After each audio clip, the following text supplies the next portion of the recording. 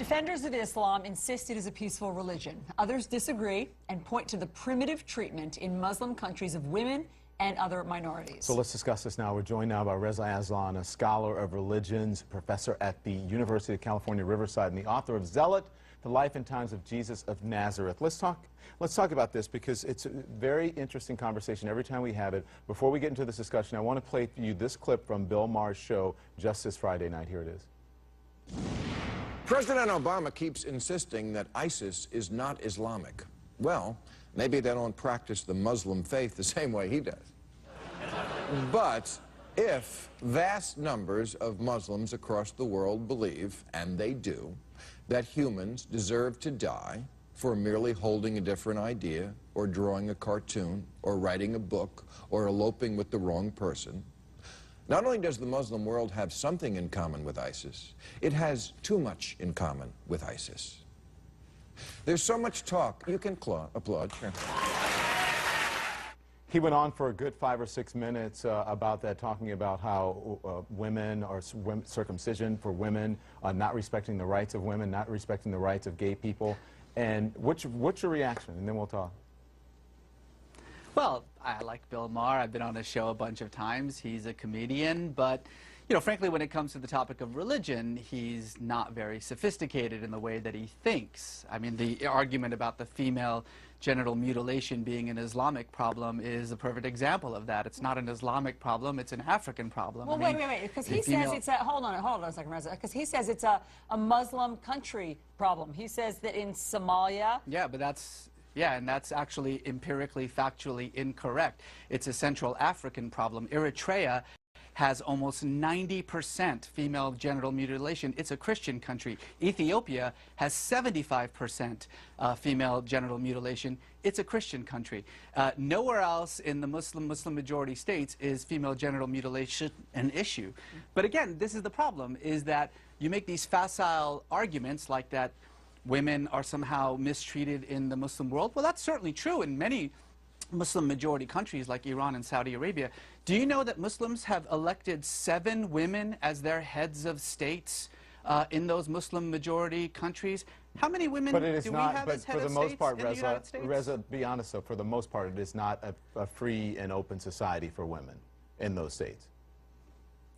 Well, it's not in Iran, it's not in Saudi Arabia, it certainly is in Indonesia and Malaysia, it certainly is in Bangladesh, it certainly is in Turkey.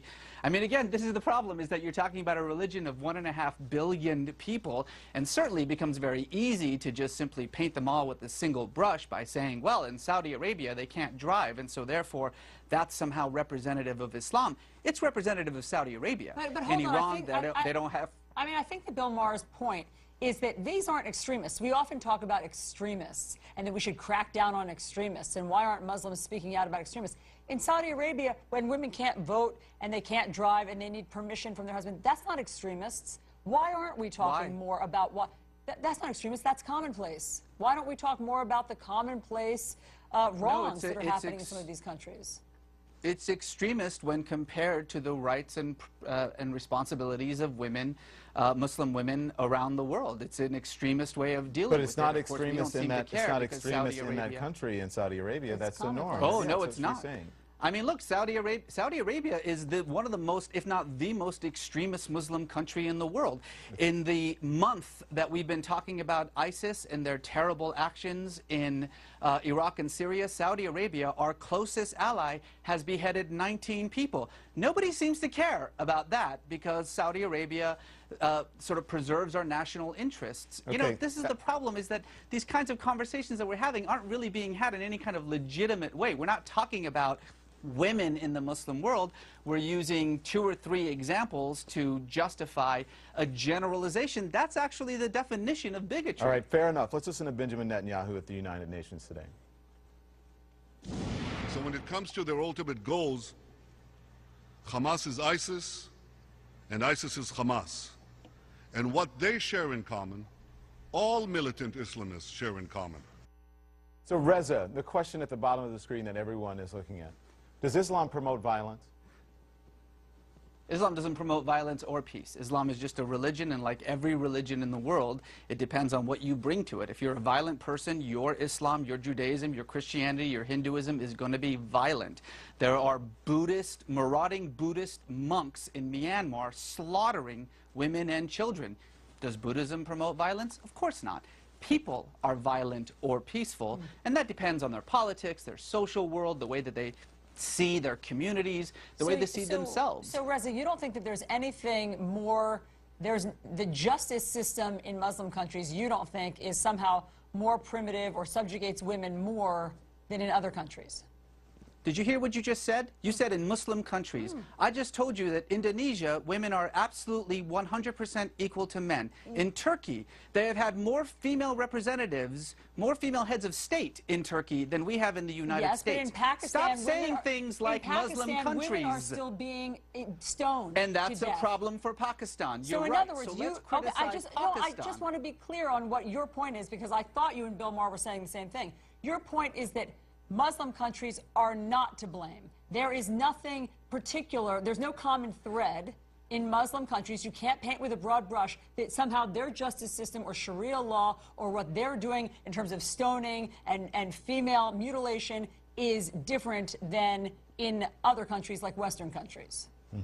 Stoning and mutilation and those barbaric practices should be condemned and criticized by everyone.